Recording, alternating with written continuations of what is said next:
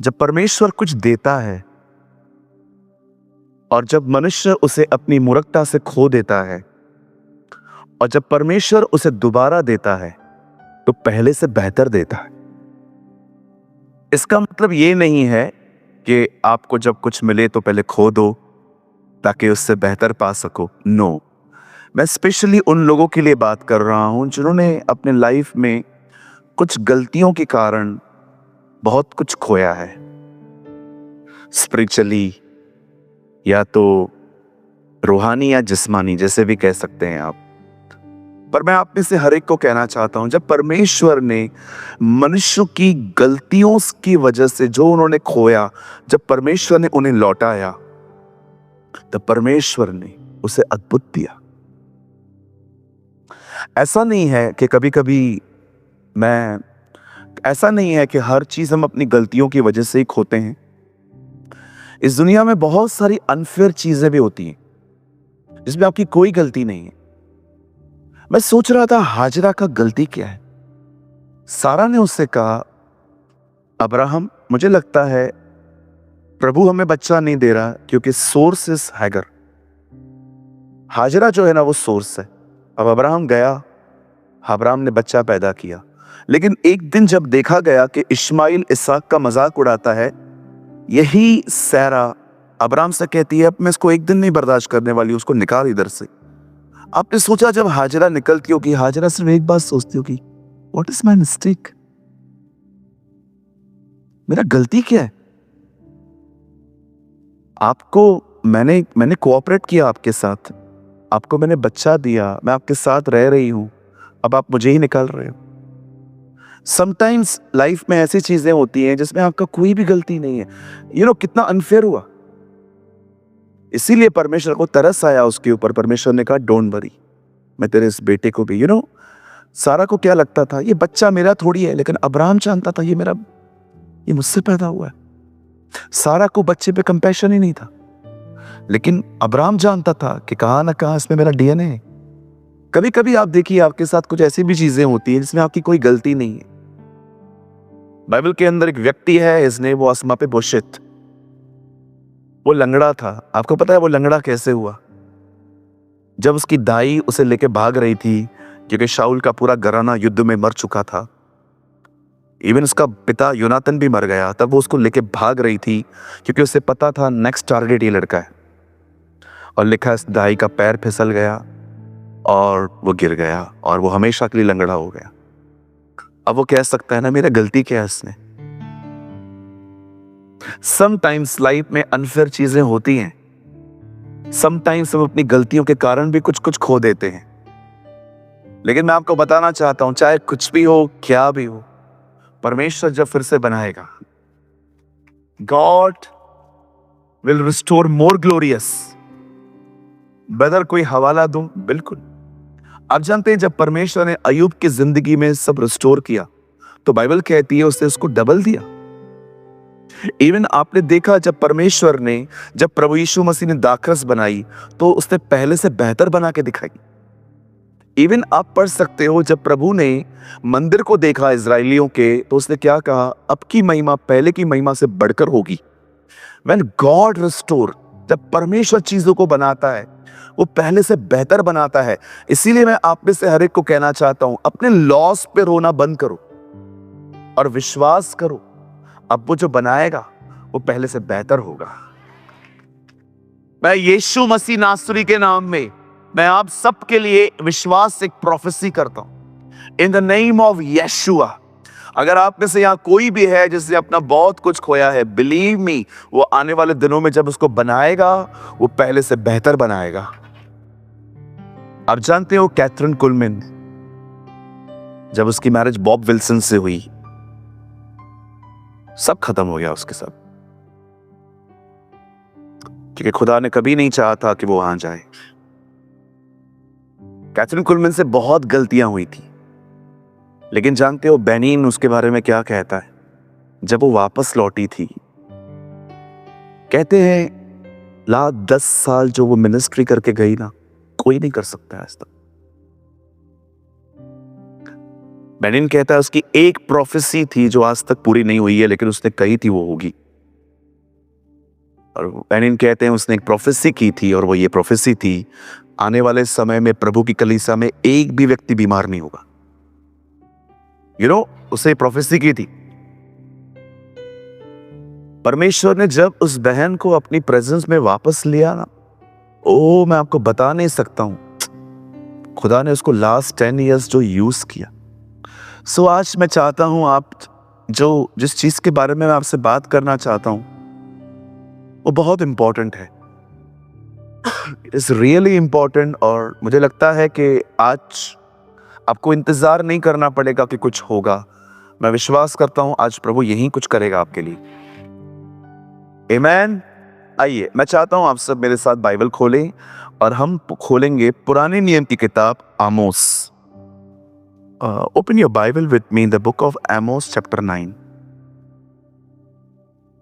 9 chapter 11वां वचन हम लगाएंगे। उस समय मैं दाऊद की गिरी हुई झोपड़ी को खड़ा करूंगा और इसके बाड़े के नाकों को सुधारूंगा और इसके खंडरों को फिर बनाऊंगा और जैसा वह प्राचीन काल था वैसा ही बना दूंगा। इंग्लिश में लगाइए, ERV लगाइए। आइए सब सामने देखिए। In that day I will raise up the tent of David who is fallen and close up its breaches, and I will raise up its ruins, and I will build in the days of old. आइए, यहां पर एक amazing word है build. हो गए आप, ठीक है। आइए सामने देखिए। आप जानते हैं जब जीसस ने चर्च बनाया, जब चर्च बॉर्न हुआ पेंटिकॉस्ट के दिनों में, आप जानते हो जब तक गॉडली लीडर तैयार रेडी था तब तक चर्च बहुत अच्छी चली। लेकिन जब गॉडली लीडर मर गया या उसे कहीं और जाना पड़ा, पीछे चर्च खत्म हो गई, क्योंकि उसका जो विजन था ना वो किसी ने कैरी नहीं किया। अगर आपने नहीं सुना तो मैं आपको फिर से बताता हूं। आपने पढ़ा है कभी पौलुस ने तीमुथियुस को 2 लेटर क्यों लिखे? क्योंकि पौल जानता था मैं जाने वाला हूं और वो चाहता था तीमुथियुस सेम बर्डन लेके चले।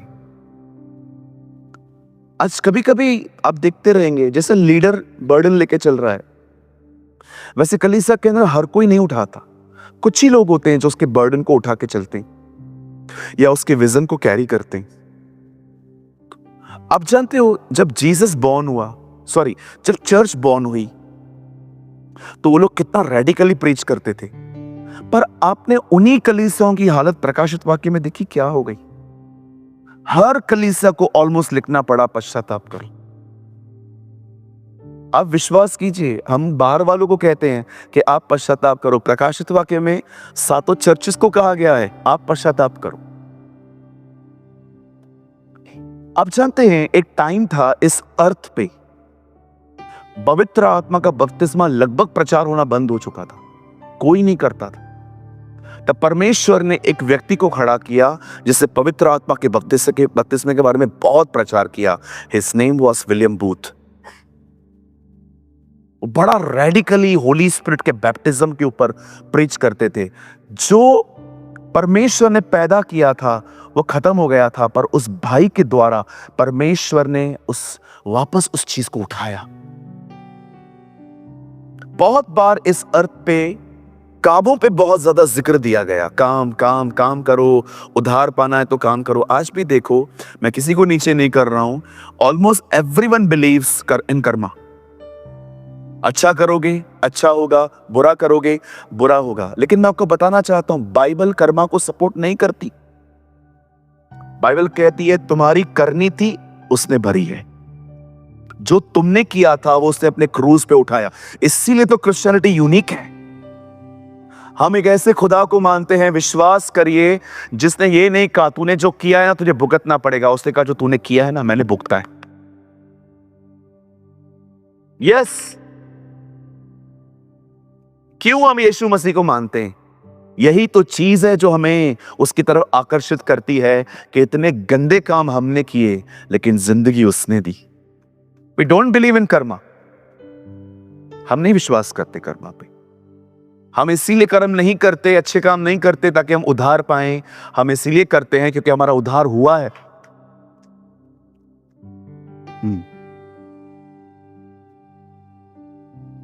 आप याद रखिए, हम धर्मी ठहरने के लिए अच्छे काम नहीं करते।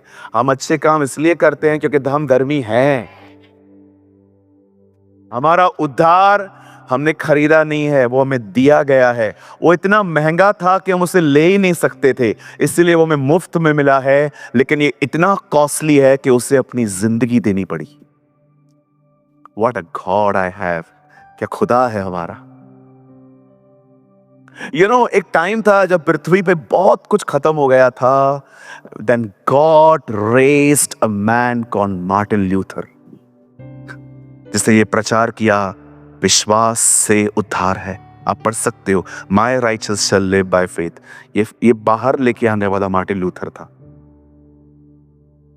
आप देख रहे हो, परमेश्वर ने एक जनरेशन को एक विजन दिया, लेकिन उसको आगे चल के किसी ने कैरी नहीं किया। फिर एक व्यक्ति को परमेश्वर ने उठाया, फिर उसने उसको कैरी किया। कितने लोग जानते हैं ओलंपिक में गेम होती है, इट्स कॉल्ड रिले रेस।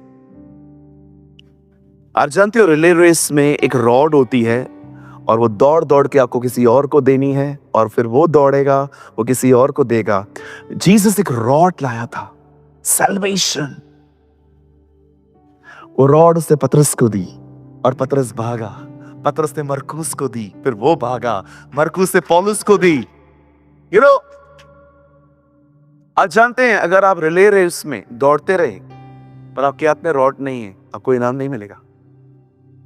जैसे फुटबॉल के अंदर होता है कि अगर रेफरी ने विजल मार दिया और आपने गोल कर दिया, वो काउंट में नहीं आता है। वैसे ही मैं आप में से हर एक को कहना चाहता हूं कि परमेश्वर ने लोगों के दिलों में सेवकाइयां उपजाई थी, पर उन्होंने उसको कैरी नहीं किया। आज परमेश्वर ऐसे लोगों को देखना चाह रहा है। आज खुदावन ऐसे लोगों को देखना चाहता है जो परमेश्वर ने पैदा किया था, जो किसी ने ध्यान नहीं दिया, उसे आप कैरी करो। इसीलिए परमेश्वर यहां पर एक बात कहता है, हिंदी लगाइए, आई विल रीबिल्ड। जो विजन मैंने दाऊद को दिया था वो गिर गया, पर परमेश्वर कहता है अब मैं वो विजन फिर से उठाऊंगा। आप जानते हो, ऐसे बहुत से लोग हैं। One of the amazing preacher, जो खूबसूरत प्रचारक था, जो लव ऑफ गॉड प्रीच करता था। यहां पर शॉल रहती थी, हाथ में नया नियम होता था, दूसरे हाथ में लकड़ी होती थी। साधु सुंदर Singh, He preached the love of God.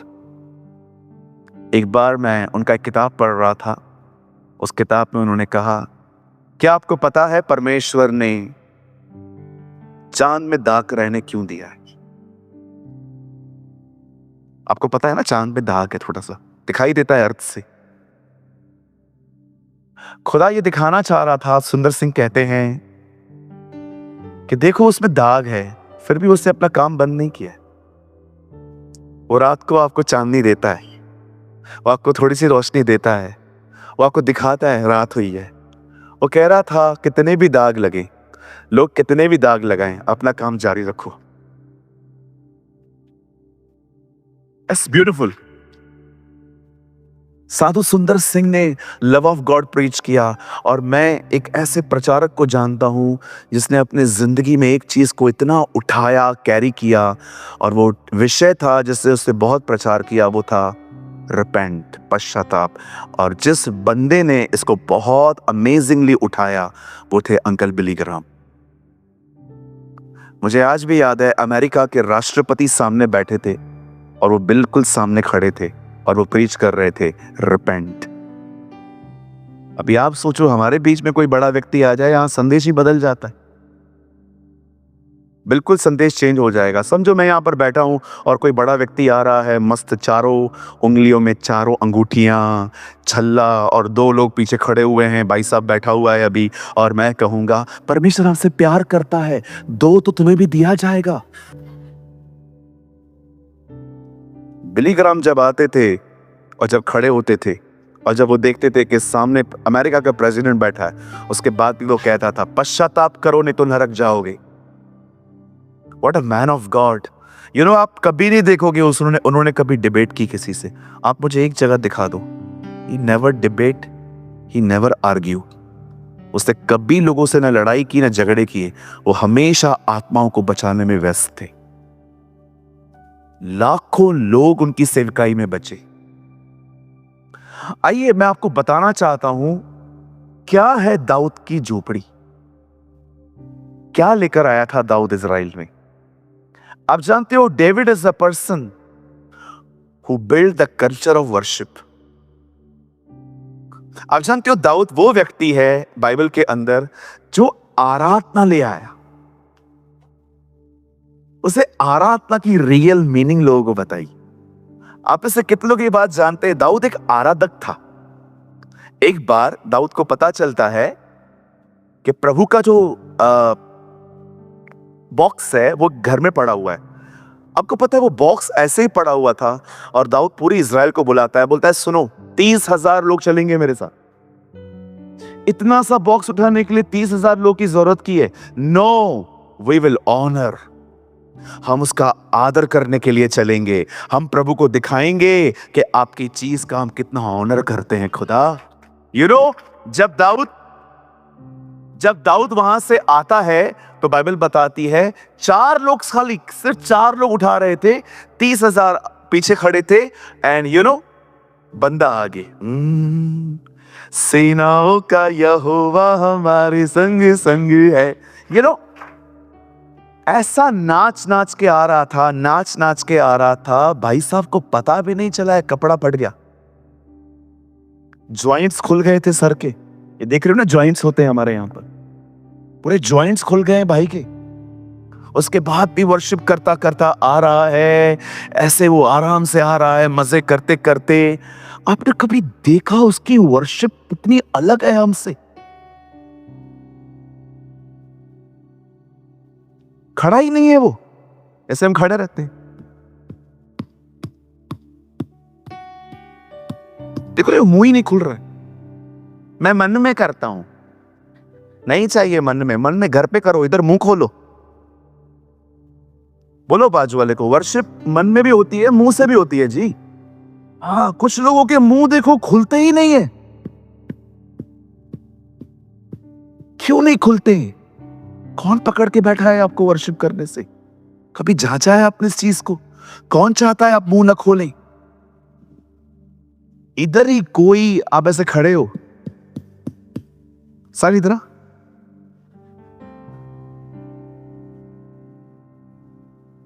उधर खड़ा हो जा।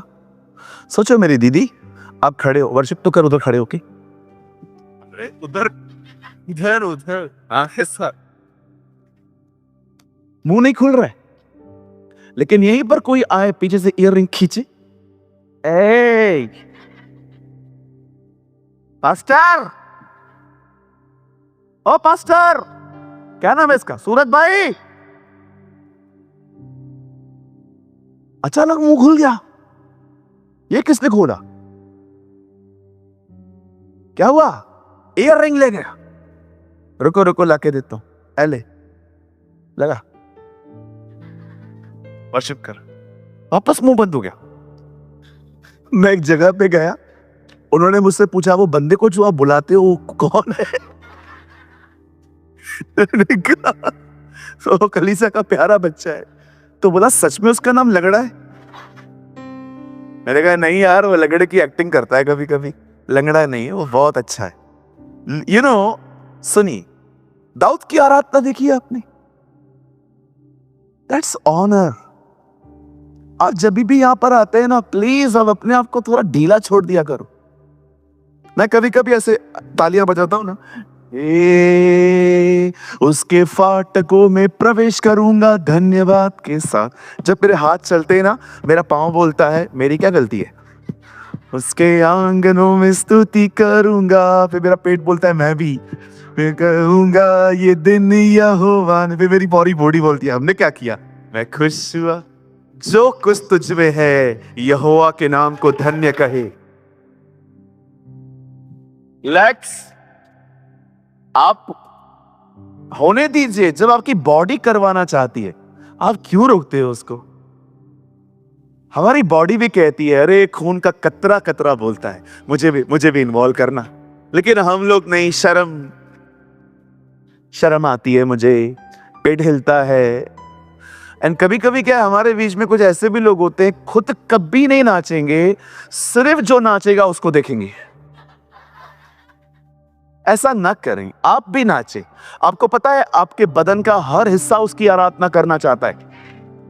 मत रोको खुद को। मुझे आज भी याद है, एक दिन ये गाना गा रहा था भाई आकाश, तो गीत गाते गाते इसने वो गाया, कभी नहीं। विश्वास कीजिए, मेरा दरवाजा अंदर बंद था, मैं नाच रहा था, मैं डांस कर रहा था। मैंने कहा, मेरा मेरा मन किया मैं उठूं। एंड बिलीव मी, मैं सिर्फ एक गीत में प्रभु की उपस्थिति में आ गया। समटाइम्स हम खुद को रोकते हैं। मैंने देखा है, शर्म हमें रोकती है, बॉडी हमें रोकती है। नो, करो, लेट्स वर्शिप द लॉर्ड। आप जानते हो दाऊद ने वर्शिप कल्चर को इतना महत्व क्यों दिया?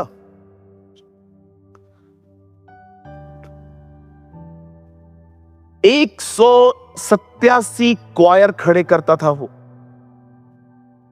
आप पढ़ के देखिए, लिखा है तब गाने बजाने वाले 187 गिने गए। सैमुअल में लिखा है 187 क्वायर्स। दाऊद कहता था, जब मैं वर्शिप करूंगा मेरे साथ 187 लोग वर्शिप किया करो, और सब लोग एक साथ गाते थे। और आप में से कितने लोगों ने ये बात देखी? जीसस वहीं पैदा हुआ जहां दाऊद वर्शिप करता था, बैतलहम। आज मैं आपसे पूछना चाहता हूं, आपके जीवन में वर्शिप कितनी है? Learn to worship. बहुत अमेजिंग है वर्शिप। वर्शिप एक ऐसा टूल है जिसके द्वारा परमेश्वर आपको अपने प्रेम को शो कर सकता है। अभी देखो, मैं गीत गाता हूं, आप में से बहुतों को शायद हो सकता है ये याद आए, यार ये तो हुआ था मेरे साथ। हे जब जा रहा अंधकार से, आप गाओ मत, मेरे खाली सुनो। हाथ पकड़ कर चलाया, ले आया उजियाले में, क्योंकि यीशु भला है। ऐ मेरे मन, कितने लोग को याद आ रहा है आप कैसे थे, कैसे वो ले आया? सी, परमेश्वर गीतों के द्वारा आपके अंदर अपने प्रेम को उंडेल रहा है। कई लोग मुझे कहते हैं, ब्रदर प्रभु मुझसे प्यार करता है ना? हाँ, ब्रदर मुझे फील क्यों नहीं होता? बिकॉज ये लाइफ में मिसिंग है। आपकी लाइफ में ये कल्चर मिसिंग है। आपको लगता है सिर्फ बाइबल पढ़ना ही सब कुछ है। बिल्कुल, बाइबल बहुत पढ़नी है, वो तो हमारी फाउंडेशन है। पर बाइबल में ही लिखा है, आराधक बनो। अगर खुदा ने कुछ कहा है तो आप करो, क्योंकि इसमें आपकी भलाई है। आपको पता है, मैंने ये सुना था, पता नहीं, ये मैंने कभी देखा नहीं है ध्यान से। कभी कभी माएं जब प्रेग्नेंट होती है ना, ऐसे हाथ रख के गीत गाती हैं बच्चों के ऊपर। देखा है आपने? हाथ रख के गीत गाती हैं, उनको लगता है मेरा बच्चा सुन रहा है। सपने में लिखा है, मैं जब तू छोटा था तब मैं तेरे ऊपर खड़े होकर गीत गाता था। आपको लगता होगा कि सिर्फ हम प्रभु की आराधना करते हैं, पर बाइबल बताती है खुदा भी तुम्हारे ऊपर कभी कभी गीत गाता है। इसलिए दाऊद कहता है, उसने मुझे छुटकारे के गीतों से घेरा है। अ सॉन्ग्स ऑफ डिलीवरेंस। कई बार आपने देखा है कैसे वो आपके आसपास आके मंडराता है, चिंता क्यों कर रहा है, मैं हूं ना। हाँ, क्या है, क्या हुआ? प्रभु ऐसा कर रहा है, मैं हूं।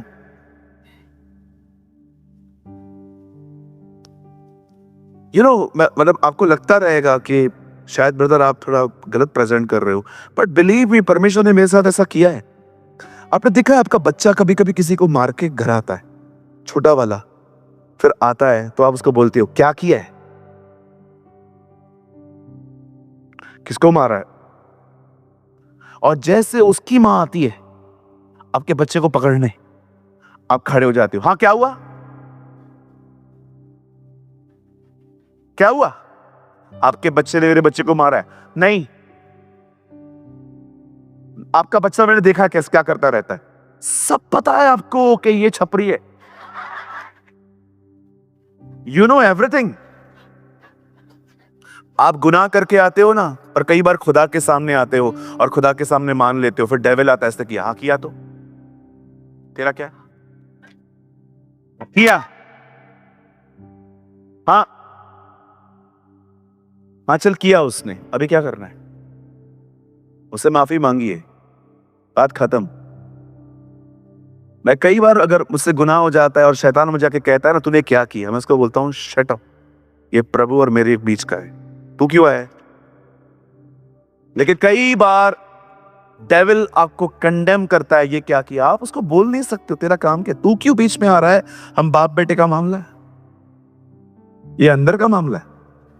हालेलुया, बोलो यीशु मसीह की। मैं आप में से हर एक को कहना चाहता हूं, हमेशा याद रखना, परमेश्वर आपको पनिश कर सकता है, पर परमेश्वर कभी आपको शैतान के हाथों में नहीं सौंपेगा, नेवर।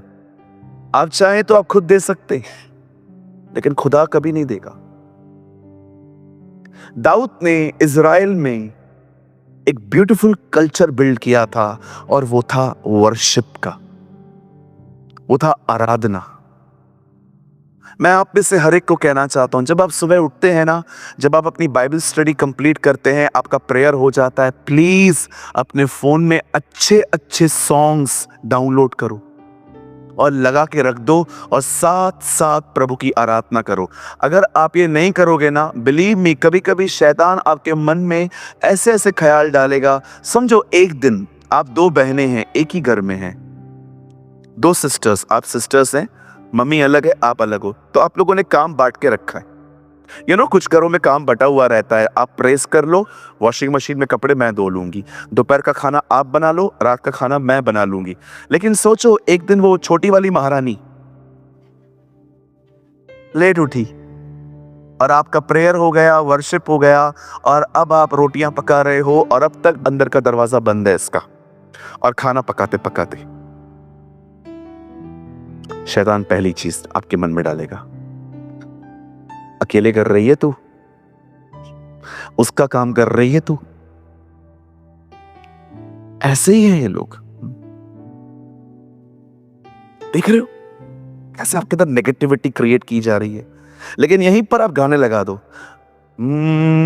उसके फाटकों में प्रवेश करूंगा धन्यवाद के साथ, उसके आंगनों में स्तुति करूंगा।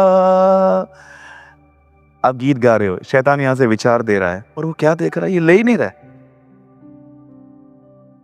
और जैसे आप वो ख्याल दे रहा है उसके, और आप, वो जीवित है जीवित है जीवित है सदा, मेरा यीशु मसीह जीवित है, गा हालेलुया, गा हालेलुया। अरे विश्वास करो, मैंने ऐसा किया है, मैंने ऐसा किया है।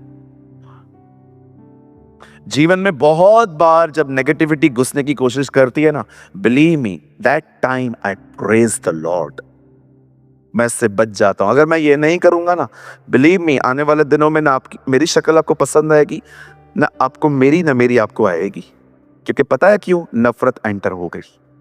इससे अच्छा कि नफरत एंटर हो, आप वर्शिप के द्वारा प्रभु में एंटर हो जाओ। अभी क्या होता है, बहुत से जो लोग हैं ना, आप देखिए इजीली नेगेटिविटी में आ जाते हैं, इजीली, बहुत इजी। समझो आप यहां पर बैठे हुए हो, मैं यहां से गुजर रहा था, मेरा ध्यान भी नहीं था, 100 काम चल रहे थे, और मैं यहां से निकला और आपको ऐसा लगा, बड़ा आदमी जाता है, जय मसीह भी नहीं बोलता। बहन, मुझे याद भी नहीं है आप यहां बैठे हो, मैं क्यों करूंगा, मुझे बताओ ना। आपने मेरी गाय ली है, ना आपने मेरी भैंस ली है, ना मैं उसका गोबर लिया है, आपने कुछ भी नहीं लिया। आप मुझे बताओ, हम लोग की कौन सी जानी दुश्मनी है कि हमारी जमीनें पड़ी थी और आपके बाप ने हमारी जमीनें ले ली थी? हमारा क्या प्रॉब्लम है, मुझे बताओ। छोटी सी बात को लेके आप अपने मन में क्रिएट करने लग जाते हो। ठीक है ना, खुद नहीं बात करना चाहता तो हम भी नहीं करेंगे। अरे पूछ तो लो, आपको क्यों लगता है कि पास्टर को टेंशन्स नहीं होते? अरे इतने टेंशन्स होते हैं, विश्वास करो, हम पास्टर्स लोग हैं ना, बावर्चियों की तरह होते हैं। अभी खाना बना के आया घर से सुबह, अभी आपको परोस रहा हूं, अभी ये खत्म होगा, शाम का खाना बनाऊंगा जूम के लिए, वो खत्म होगा, फिर कल औरंगाबाद जा रहा हूं, उसके लिए तैयार करूंगा। बिलीव मी, मेरी पूरी जिंदगी इसमें निकली है। मेरे पास कभी कभी, विश्वास करो, आपको सोचने का भी टाइम नहीं रहता कि आप कहाँ हो। बता, ये बेइज्जती नहीं है, नहीं बेइज्जती नहीं है, ये बेइज्जती नहीं है। मैं आपको बताना चाहता हूं, मैं इतना ऑक्यूपाइड रहता हूं कभी कभी, बिलीव मी, मैं कभी कभी घर पे कॉल नहीं कर पाता। मेरी मम्मी रोज वेट करती है मेरे वीडियो कॉल का। कभी कभी मैं माँ को रात को कॉल करता हूँ, माँ मैं अभी तक बाहर हूँ, मैं अभी वीडियो कॉल नहीं कर सकता, आप प्लीज टेंशन मत लो, मैं एकदम ठीक हूँ, मैं बिल्कुल चंगा हूँ, हवा में उड़ रहा हूँ, और बिल्कुल तू परेशान ना हो, मैं तुझे सुबह उठ के करूंगा। क्योंकि मैं कभी कभी इतना टायर्ड होता हूँ। आप सोचो ना, 5 घंटे बंदा बात करेगा, आप 1 घंटा बात करके दिखाओ। भाइयों, आपको बोल रहा हूं, आप 1 घंटा बात करके,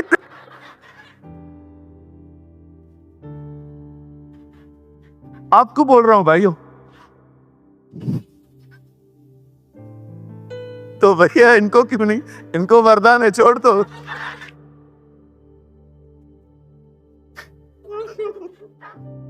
आप करके दिखाओ 1 घंटा बाद भाइयों।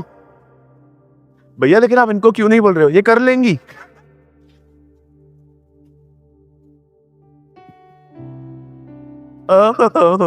Wow brother, wow, I am preaching very well today. Okay, सुनिए, यहां देखिए, अब देखो, ये जो दाऊद की झोपड़ी है, ये आराधना है। परमेश्वर ने दाऊद के द्वारा इस कल्चर को बहुत लिफ्ट किया। आप देख सकते थे, मतलब आप दाऊद के समय में, आपको पता है, आप इज़राइल में रहते ना, तो आपको हर घर के अंदर से कोई ना कोई गीत गाने वाला मिल ही जाता, आराधना करने वाले लोग मिल ही जाते। लेकिन मैं आपको पूछना चाहता हूं, जब दाऊद चला गया, क्या सुलेमान इस झोपड़ी को खड़ा रख पाया? Never, never. आप कभी नहीं पढ़ोगे। उल्टा सुलेमान की एक बुरी बात बताऊं, जिस दिन वो प्रभु के मंदिर को बनाने के बाद टेंपल में गया है, पढ़ के देखो, उसके बाद वो कभी टेंपल में नहीं गया।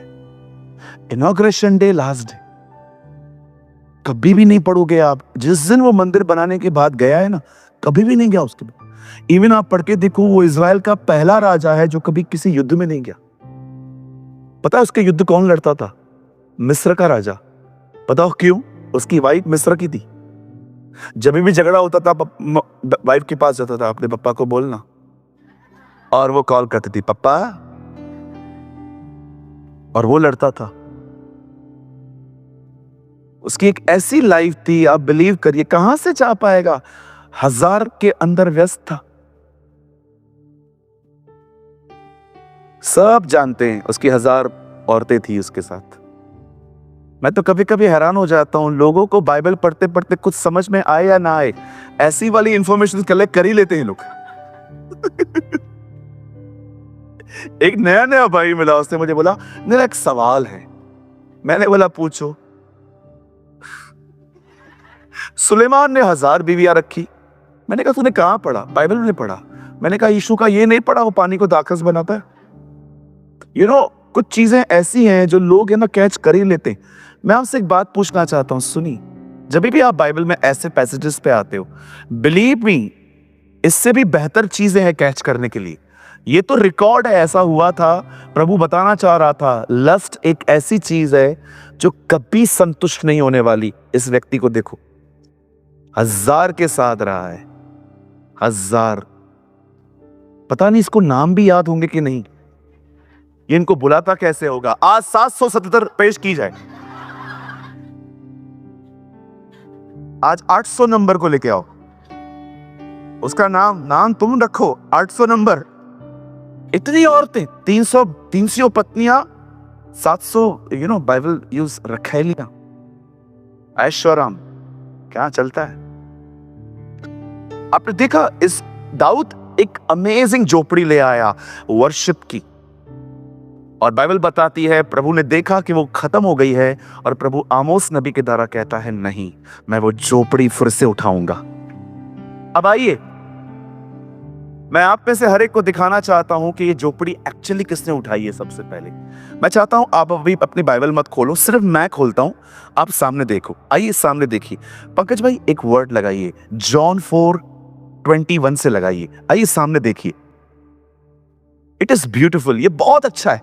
यहां देखिए सब, वो देखो आदम की संतान अभी भी खोल रही है। कोई बात नहीं, तो हमारी कलीसिया की बच्ची है कुड़वे। यीशु ने उससे कहा, अब देखो जीसस है ना, एक स्त्री से मिल रहा है, ये सामरी स्त्री है, और जीसस इससे भी वर्शिप कल्चर के लिए कुछ बात कर रहे हैं। यीशु ने उससे कहा, हे नारी, मेरी बात का विश्वास कर, वह समय आता है कि तुम ना इस पहाड़ पर पिता का भजन करोगे ना यरूशलेम में। अभी सामरियों में और यहूदियों में इस बात का थोड़ा विवाद था, वर्शिप प्लेस कौन सी होनी चाहिए। ये लोग कहते थे इधर, यीशु कहता था, ये लोग कहते थे इधर, लेकिन यहूदी मानते थे यरूशलेम में। देखो जीसस उस डॉक्ट्रिन के लिए क्या कह रहा है, उस चीज के लिए क्या कहता है। हे नारी, मेरी बात का विश्वास कर के वह समय आता है कि तुम इस पहाड़ पर पिता की आराधना भजन करोगे ना यरूशलेम में। यीशु कहता है वर्शिप की प्लेस जो है ना यहां है ना यरूशलेम में, तुम लोग लड़ते क्यों हो। अब जीसस कह रहा है, सुनो, मैं तुम्हें बताना चाहता हूं आराधना की सही जगह क्या है। 22 में लगाइए ब्रदर। जिसको तुम नहीं जानते, तुम जिसे नहीं जानते उसका भजन करते हो, और हम जिसे जानते हैं उसका भजन करते हैं, क्योंकि उदार यहूदियों में से। अब 23 में देखो यीशु क्या कहते हैं, परंतु वह समय आता है, वरन अब भी है, आता है अब भी है। इसका मतलब तुम करोगे, पर मैं कर रहा हूं, तुम करने वाले हो, पर मैं ऑलरेडी कर रहा हूं। वह समय आता है, वरन अब भी है, जिसमें सच्चे भक्त पिता की आराधना न यरूशलेम में करेंगे न सामरी में करेंगे, वे आत्मा और सच्चाई में करेंगे। आप देख रहे हो यहां पर जीसस दाऊद का टेंपल रीबिल्ड कर रहा है। यहां लिखा है कि तुम परमेश्वर की आराधना आत्मा और सच्चाई से करेंगे, क्योंकि पिता अपने लिए ऐसे ही आराधकों को ढूंढता है। आप जानते हो, यहां देखिए, लिसन टू मी, इस पृथ्वी पर परमेश्वर न प्रचारक को ढूंढ रहा है न भविष्य वक्ता को ढूंढ रहा है, वो इस पृथ्वी पर एक ही व्यक्ति को ढूंढ रहा है, वो है आराधक। आराधक क्यों? क्योंकि वो जानता है जो आराधना करेंगे वो उसकी प्रेजेंस को कैरी करेंगे। आप जानते हो, जब जीसस कहता है वह समय आता है, वरन अब भी है, यीशु ये कह रहा था वो समय आएगा जब पवित्र आत्मा तुम पर आएगा, इसीलिए ताकि तुम उसकी आराधना कर सको। लेकिन वो तुम्हारे लिए समय आएगा, लेकिन वो मेरे लिए अब भी है, क्योंकि मैं कर रहा हूं। जानते हो क्यों जीसस ये कहना चाह रहा था? वो क्या समझाना चाह रहा था? वो ये कहना चाह रहा था कि जो वो छोड़ के गया है, जो दाऊद का कल्चर था, वो मैं फिर से उठाना चाहता हूं। और देखो, अब आराधना कहां होगी? आत्मा में और सच्चाई में। अब ये 23 है, मतलब 24 लगाइए। परमेश्वर आत्मा है और अवश्य है उसकी आराधना करने वाला आत्मा और सच्चाई से उसकी आराधना करे। अब मुझे एक बात बताइए, सब सामने देखिए। दाऊद ने एक अच्छी वर्शिप यरूशलेम में, इज़राइल में बिल्ड की, लेकिन उसके उस विजन को कोई भी कैरी नहीं कर पाया। पर आपने देखा, जब यीशु मसीह आते हैं तो उसका विजन फिर से कैरी करते हैं। अब वो पिता की आराधना कर रहा है, अब वो पिता को ऊंचा उठा रहा है। आपको पता है जीसस एक वर्शिप लीडर है। एक वर्ड लगाइए, इब्रानियों 1 अध्याय, 1 नहीं 2 अध्याय,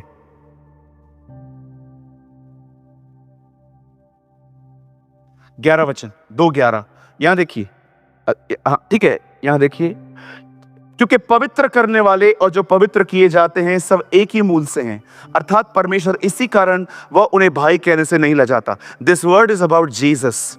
पवित्र करने वाला वही है, ठीक है। अब देखो 12 में क्या लिखा है, पर वह कहता है मैं तेरा नाम अपने भाइयों को सुनाऊंगा, सभा के बीच में मैं तेरा भजन गाऊंगा। आप जानते हो Jesus is a worshipper leader. वो एक आराधना करने वाला बेटा था उसका। यहां पर देखो जीसस के लिए क्या लिखा है। यीशु कहता है, पिता जब सब लोग वर्शिप करेंगे ना, यहां देखिए यीशु यहां पर यह कह रहा है, जब सब लोग वर्शिप करेंगे ना, मैं जाऊंगा और मैं उनके बीच में तेरे नाम को ऊंचा करूंगा। यू नो, क्योंकि जीसस वर्शिप लीडर इसीलिए है क्योंकि जीसस खुद वर्शिप करता था। ही वर्शिप द फादर। मैं आप में से हर एक को एक बात कहना चाहता हूं, अपने जीवन में वर्शिप लेकर आइए, अपने जीवन में आराधना लाइए, अपने जीवन में अच्छे अच्छे गीतों को गाइए प्रभु के लिए। आपका बहुत बड़ा बेनिफिट है इसमें, पता है क्यों? क्योंकि गीत गाने वाले जो होते हैं ना, ये सिर्फ ऐसा गीत गाना नहीं है कि जस्ट आप डांस कर रहे हो। नो, मैं कुछ समझाना चाहता हूं। मुझे लगता है मेरा मैसेज अब स्टार्ट होगा। क्या होता है गीत गाना? आप इसे इतना हल्का मत लीजिए। सामने देखिए सब,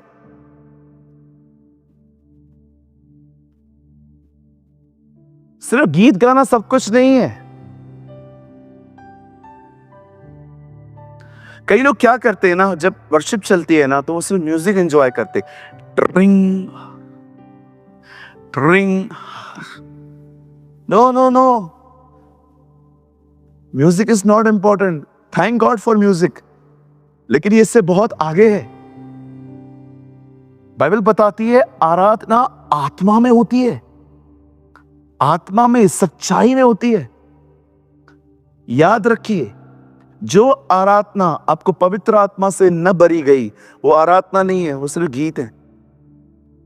एक सच्ची आराधना परमेश्वर की जो आप करते हैं, वो आपको पवित्र आत्मा से भर देगी। क्या मैं स्टार्ट करूं? कुछ बड़े ध्यान से सुनेंगे, सुनिए, बड़े ध्यान से सुनिए।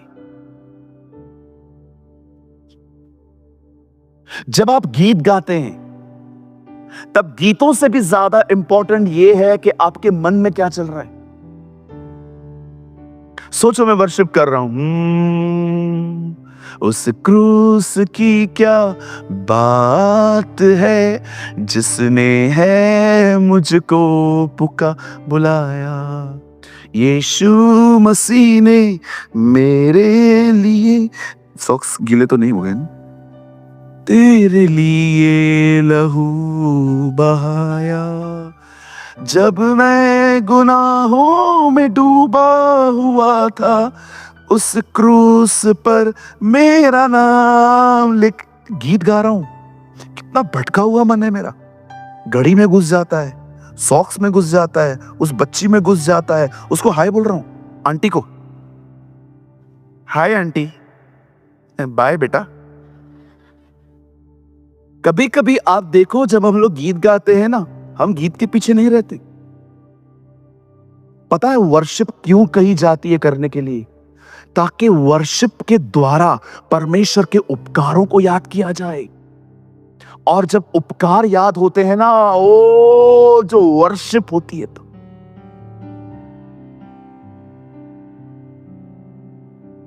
यू नो, हम एक परिवार हैं। कभी कभी आप देखो, आप जब बीमार पड़ते हो और आपको ऐसा लगता है यार कितना दर्द हो रहा है, और जब प्रभु आपको चंगा करते हैं, और जब आप कलीसिया में आते हो और गीत कोई चंगाई पे चल रहा है, आपने देखा आप कैसे गीत गाते हो? यस, क्योंकि अब आपके लिए वर्शिप रियल है। आपने देखा है जो आप गा रहे हो वो उसने किया है आपके लाइफ में। That is worship. मैं परमेश्वर से पूछ रहा था, प्रभु आपने दाऊद के द्वारा वर्शिप के कल्चर को इतना क्यों उठाया? सूरज, गीत जरिया थे मुझ तक पहुंचने के। हम लोग कई बार ये बात नहीं सोच पाते हैं कि परमेश्वर क्यों चाहता है मैं वर्शिप करूं। क्योंकि परमेश्वर चाहता है जो कुछ उसने आपके लिए किया है ना, वो वर्शिप में आप पे रिवील करे।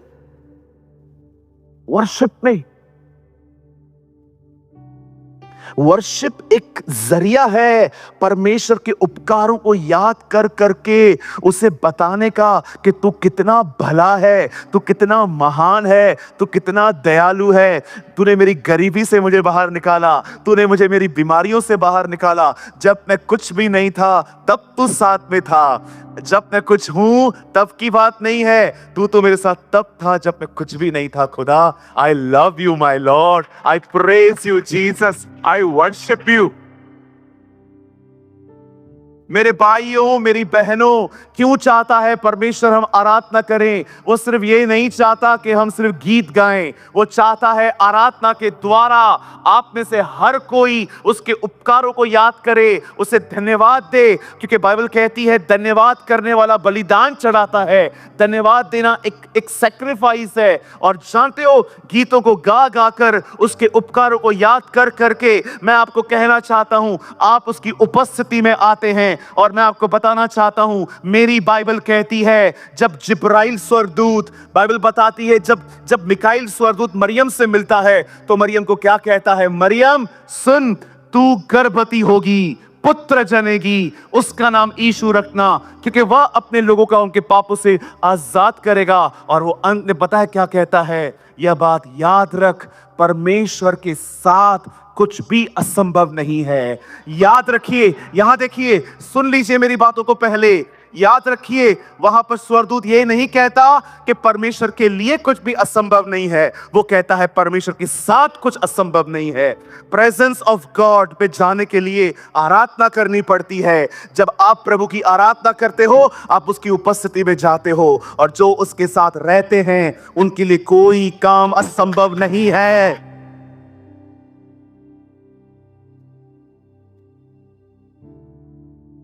परमेश्वर चाहता है आराधना के द्वारा आप उसकी उपस्थिति में आए।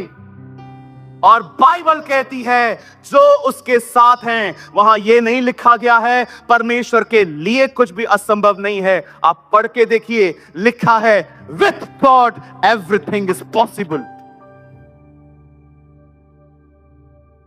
Not to God, with God.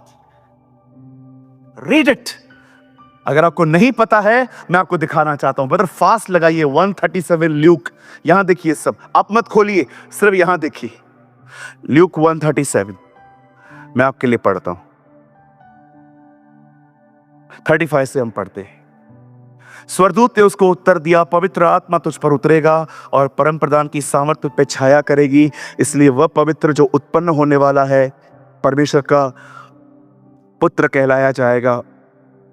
और देख, तेरी कुटुंबिनी एलीशिबा भी तेरे बुढ़ापे में पुत्र होने वाला है, वह उसका जो बांस थी 6वां महीना है। लिसन नो, क्योंकि जो वचन परमेश्वर की ओर से होता है वो प्रभावशाली होता है। नहीं, ये रेफरेंस नहीं है। फिर एक जगह लिखा है, आपने पढ़ा इन इंग्लिश, राइट, पढ़िए, for with God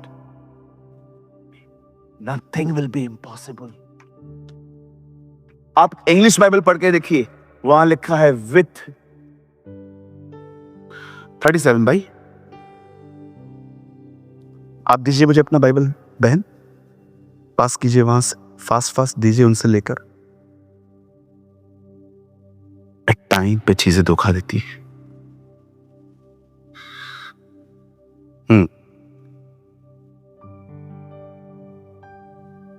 No, this is not actually this is right translation.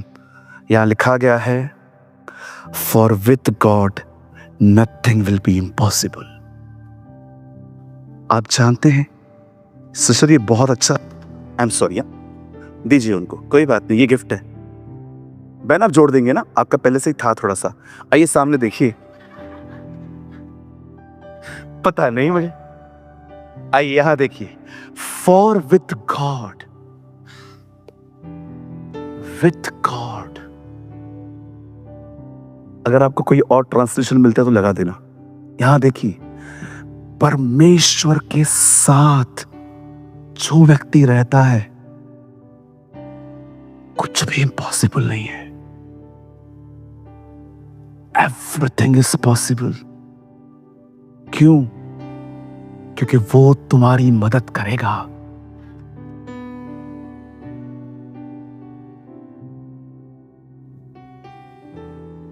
परमेश्वर के लिए कुछ भी इट्स अ राइट ट्रांसलेशन, परमेश्वर के साथ, खुदा के साथ। क्यों मूसा इस्राएलियों को बर्दाश्त कर पाया? क्योंकि वो प्रभु की उपस्थिति में था। क्यों दाऊद गोलियत को मार पाया? क्योंकि वो परमेश्वर की उपस्थिति में था। क्यों नेहमिया दीवार बना पाया? क्योंकि वो परमेश्वर की उपस्थिति में था। क्यों अब्राहम अपना जवान लड़का खुदा को दे पाया? क्योंकि वो परमेश्वर की उपस्थिति में था। क्यों नोहा आर्क बना पाया? क्योंकि वो परमेश्वर की उपस्थिति में था। क्यों पतरस और यूहन्ना जब जा रहे थे टेंपल में तो एक लंगड़े को चंगा उन्होंने कर दिया? क्योंकि वे परमेश्वर की उपस्थिति में थे।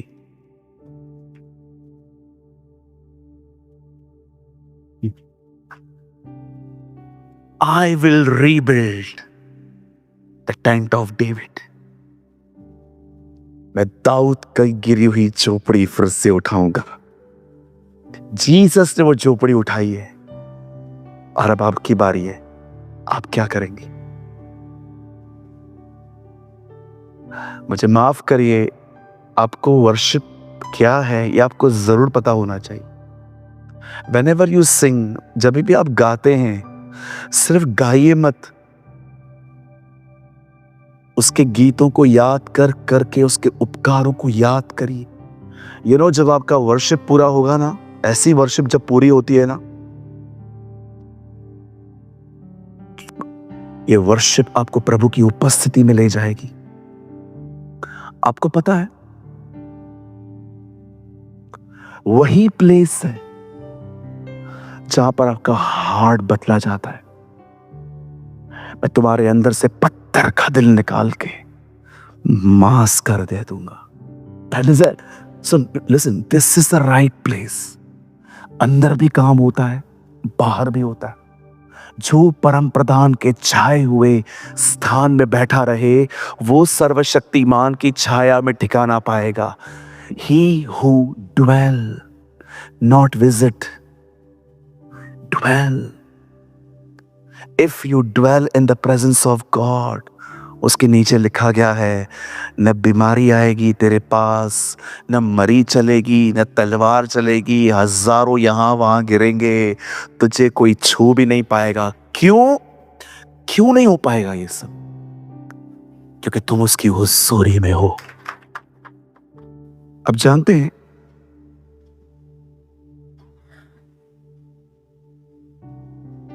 कभी कभी लोगों के पास सब कुछ होता है इसके सिवा। They have everything.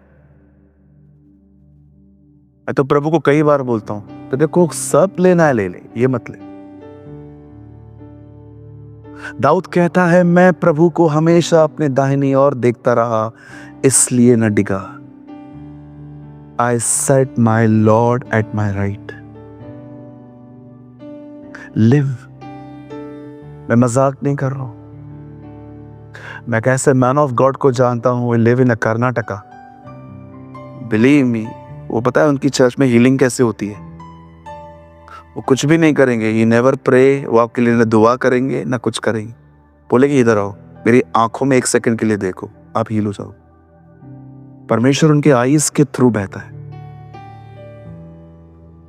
इवन जब परमेश्वर ने देखा कि पतरस थोड़ा फैटी है, तो परमेश्वर ने सोचा, यार क्यों ना मैं इसके शेडो को यूज करूं। बाइबल बताती है जब पतरस चलता था तो लोग उसके शेडो से ठीक होते थे। अब पतले आदमी का शेडो थोड़ी बड़ा होता है। Live in the presence of God. शांत रहो, सीखो आराधना करना, सीखो, लर्न टू वर्शिप। ये सिर्फ गीत गाना नहीं है, ये सिर्फ ऐसे हिलना डुलना नहीं है, ये सिर्फ म्यूजिक के साथ उठना नहीं है। It's a inner attitude. देखो जीसस क्या कहते हैं, आत्मा में आराधना करनी है। आत्मा लिव। वो उनको कहता है, न सामरी में आराधना होगी, अब न यरूशलेम में होगी, अब वर्षे वहां होगी जहां लोग आत्मा में जी रहे।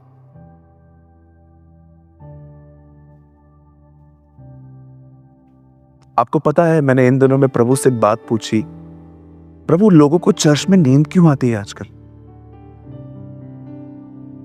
आपको पता है इन दिनों में चर्च के अंदर कुछ लोगों को नींद आती है। विश्वास कीजिए 8-10 दिन पहले मैंने प्रभु से पूछा, प्रभु क्यों लोग इन दिनों में घरों में नहीं सोते, यहां आके सोते?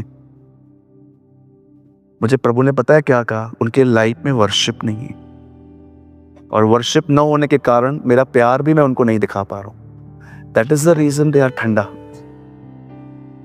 विश्वास कीजिए, अगर आपको नींद आती है ना चर्च में, बिलीव मी, आपके घर के अंदर आपका वर्शिप नहीं है। आप भूल गए हो वर्शिप करना होता क्या। मैं कभी कभी, बिलीव मी, मैं कभी कभी गीत नहीं गाता हूं। करण, ये चेयर दोगे बेटा मुझे आप? समटाइम्स बिलीव मी, अभी कभी कभी बहुत टाइम मिल जाता है मुझे। यहाँ रख दीजिए। थैंक यू ब्रदर जी।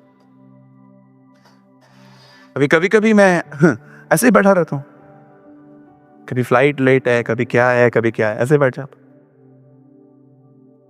सिर्फ अपना मन फिराता हूं उसकी तरफ।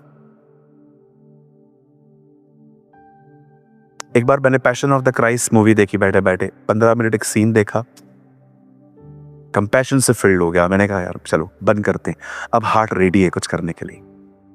और उसके बाद मैंने गीत गाना स्टार्ट किया। यहोवा नाम है तेरा, सबसे तू ऊंचा रहे, सबसे तू महिमा पाए। मूसा की प्रार्थना सुनी, मन्ना बरसाया तूने, हमारी भी प्रार्थना को सुन, तू ही हमारा बल है। आपको लगता होगा मैं गीत गा रहा हूं, बट बिलीव मी, मैं गीत नहीं गा रहा हूं, मैं गीतों के द्वारा उससे बात कर रहा हूं। मैं उसको बता रहा हूं तू कौन है।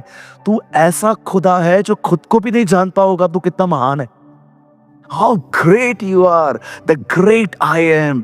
फिर मैं कोई ऐसे गीत गाता हूँ जिसमें है ना उसकी मैजेस्टी है। जैसे कि कभी कभी हम ऐसे गीत गाते हैं जिसमें उसकी शहनशाही है।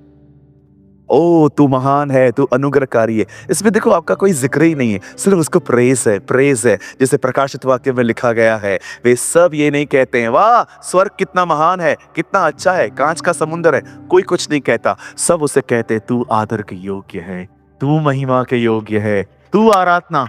यू नो, कुछ गीत ऐसे होते हैं जिसमें आपका जिक्र ही नहीं है। कुछ गीत ऐसे भी होते हैं जिसमें उसका जिक्र ही नहीं है, आपको ही महिमा मिल रही है। मैं आया मैं गया। एक बार मैं कोई गीत सुन रहा था, एक बार जीसस का जिक्र नहीं था, बस जिक्र था मैं आया मैं गया, मैं गया मैं आया। मैंने कहा तू आया क्यों? बता दिया कर यार, बता दिया कर, कमर तोड़ देता तू मेरी आज, बड़ा भारी हूं मैं।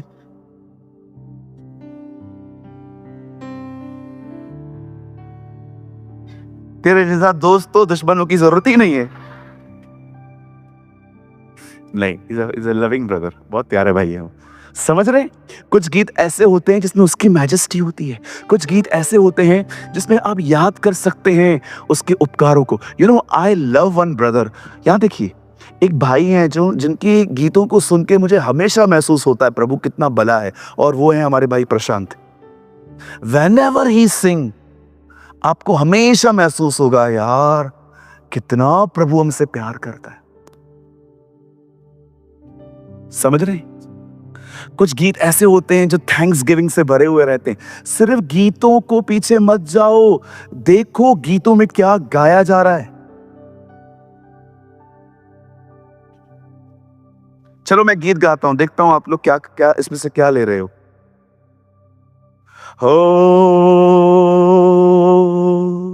मैं 3 नंबर से निकला,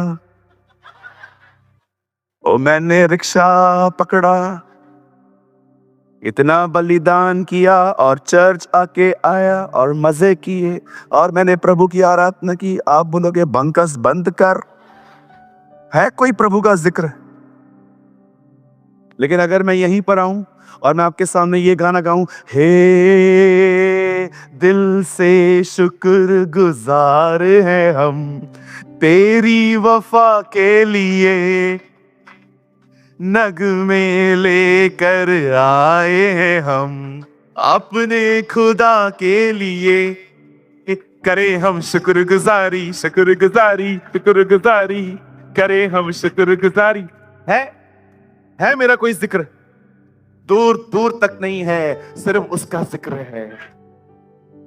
आराधना, एक बार हमने जब आरकेटी में चर्च जब हमने शिफ्ट की थी, एक बहन आई, ब्रदर हाँ पुराना वाला चर्च था ना, अच्छा था, उधर है ना प्रभु की उपस्थिति थी, आज आप वर्शिप कर रहे थे ना, मुझे कुछ भी महसूस नहीं हुआ। अच्छा,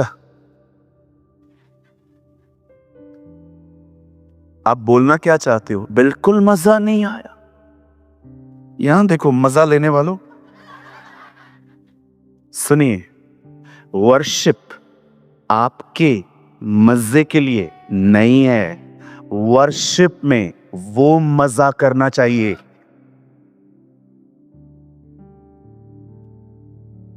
वर्शिप क्या होती है? स्वरदूत सारा दिन गाते हैं ना, पवित्र अति वो लोग कितना हमसे तो 1000 गुना बेहतर ही गाते हो, बरोबर है। आपकी वर्शिप है ना, उनसे आगे जानी चाहिए। सारा दिन अपनी इच्छा को मार के आप प्रभु की इच्छा पूरी करते हो। ऐसे लोग जब आराधना करने के लिए आते हैं ना, जिन्होंने अपने आप को जीवित, पवित्र, निर्दोष खुदा के लिए रखा है, जब ऐसे लोग आराधना करने के लिए खुदा के सामने आते हैं ना, विश्वास करो परमेश्वर स्वर्गदूतों को कहता है, तुम लोग चुप रहो, तुमसे बेहतर कोई गा रहा है। तुम तो सारा दिन मेरे सामने रहते हो, लेकिन ये मेरी बेटी सारा दिन अपना इनकार करती है। That is a true worship. That is a true worship. लेकिन आप 3 बजे पिक्चर पे गए थे, उधर से आते आते आप गीत गा रहे थे, इधर 5:45 बजे हैं, चर्च 6 बजे थी, नीचे खड़े हैं और आप नीचे गाना गा रहे हैं, उलाला उलाला उलाला उलाला गा रहे हैं, और जैसे ऊपर आते हैं आप और यहाँ पर गीत गाते हैं, हालेलुया प्रभु तेरी स्तुति हो। 15 मिनट पहले उलाला, अभी 15 मिनट के बाद तेरी स्तुति हो। याद रखना, जो जुबान बॉलीवुड के गीत गाती है, परमेश्वर उस जुबान की आराधना कभी नहीं स्वीकारेगा। जो जुबान दूसरों की बुराइयां करती है, दूसरों की निंदाएं करती है, अलग अलग बातें करती है, आप कितनी भी आराधना करो, आपके गीत कंसीडर किए जाएंगे, वो आराधना हो ही नहीं सकती।